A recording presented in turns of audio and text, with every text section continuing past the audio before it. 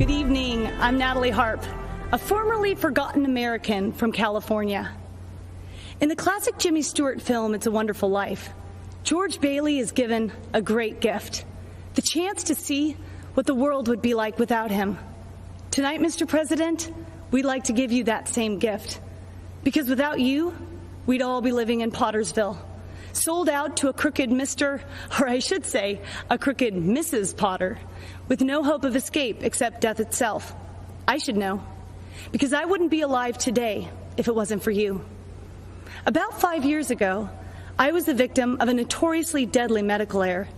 I survived, but only to be diagnosed with a rare and terminal bone cancer. You know, the Democrats love to talk about health care being a human right. But a right to what? Well, I'll tell you.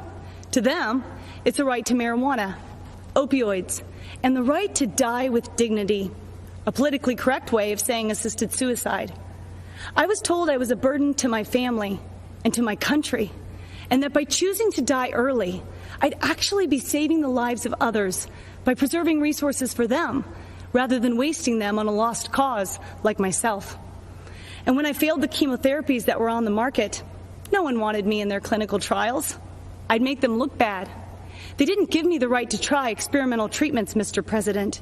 You did. And without you, I'd have died waiting for them to be approved. Now with the coronavirus, everyone knows what that feels like to be waiting for a cure. But we've only been waiting a few months. Just imagine what 2020 would have looked like, fighting for your life without Donald Trump fighting for it too. In January, there would have been no China travel ban. Millions would have died. Millions more would have been infected, for there'd be no record levels of testing, no right to try treatments, no fast track for a vaccine, nor Operation Warp Speed ready to deliver it.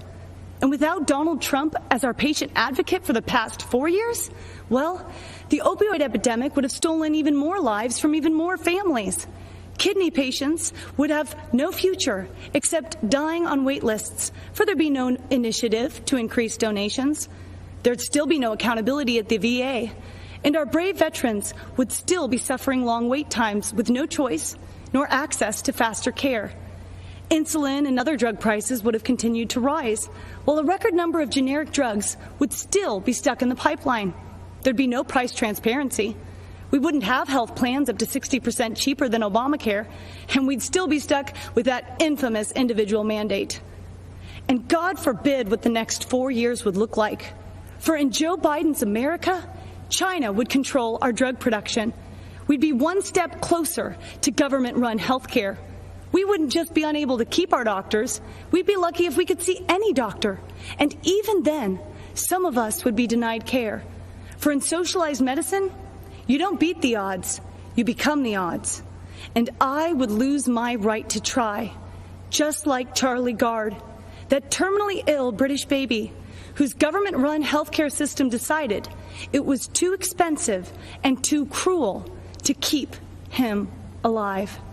You see, Mr. President, you've done so much more than your promises made and promises kept. For numbers only tell part of the story. We are the rest of it. Facts with faces of Americans who would still be forgotten if you and our favorite First Lady hadn't given up your own wonderful life so we could have the chance at one. George Bailey's father was right. All you can take with you is that which you've given away. And Mr. President, that makes you the richest man in the world, for you have used your strength to make America strong again. Sacrificed the life you built to make America proud again.